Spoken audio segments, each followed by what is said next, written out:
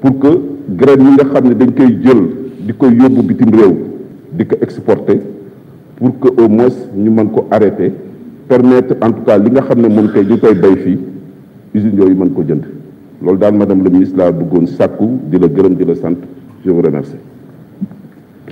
Je vous remercie, chers collègues. La parole est à l'honorable député Demba Keïta. Juliette Zenga se prépare.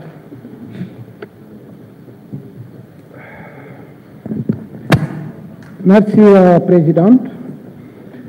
Madame le ministre Ndiamde Safi, des SAF, tous vos collaborateurs. Madame le ministre, nous allons accompagner ce projet de loi d'orientation des PME parce que je pense que l'avenir même de ce pays dépend en grande partie du développement de ces petites et moyennes entreprises. Je le dis parce que nous sommes dans un pays où il y a beaucoup de producteurs dans divers domaines. Et je ne vais pas mettre l'accent sur les filières d'État, mais je pense beaucoup plus aux petits producteurs ruraux qui ne font pas d'arachide, qui ne font pas de riz, mais qui ont beaucoup d'opportunités dans le domaine de la production. Je veux parler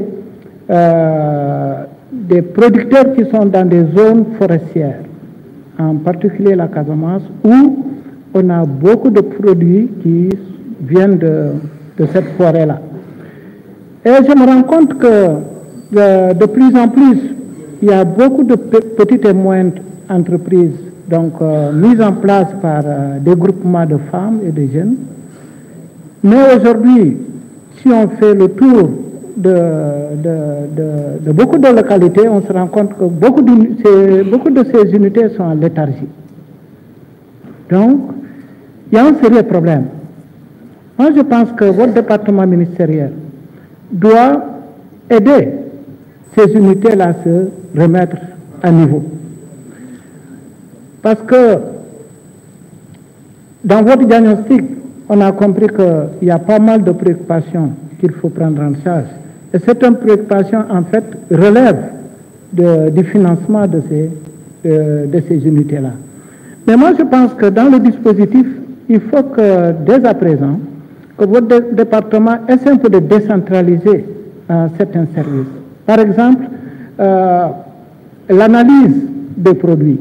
Pour que ces unités-là, les produits qui sortent de ces unités puissent être analysés et qu'ils aient un peu des autorisations de fabrication.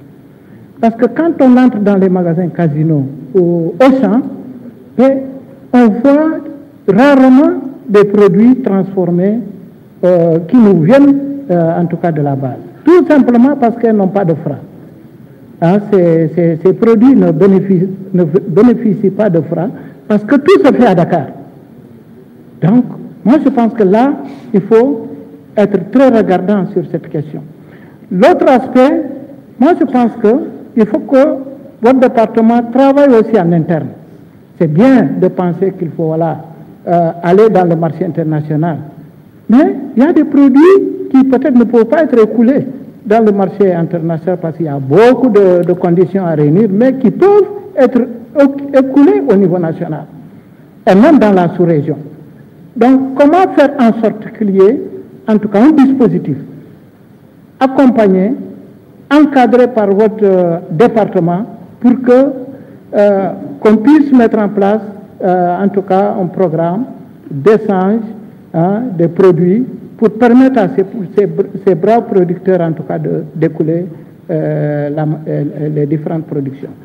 Vraiment, ce sont ces quelques réflexions que je porte, en tout cas, à votre connaissance, mais nous vous encourageons, nous vous soutenons parce que la tâche n'est pas facile, mais je sais qu'avec, en tout cas, les directions qui sont, en tout cas, dans votre département, c'est possible. Donc, Lola Amon, en tout cas, comme préoccupation, je vous remercie. Je vous remercie. La parole est à notre collègue Juliette Zenga. Allélo se prépare.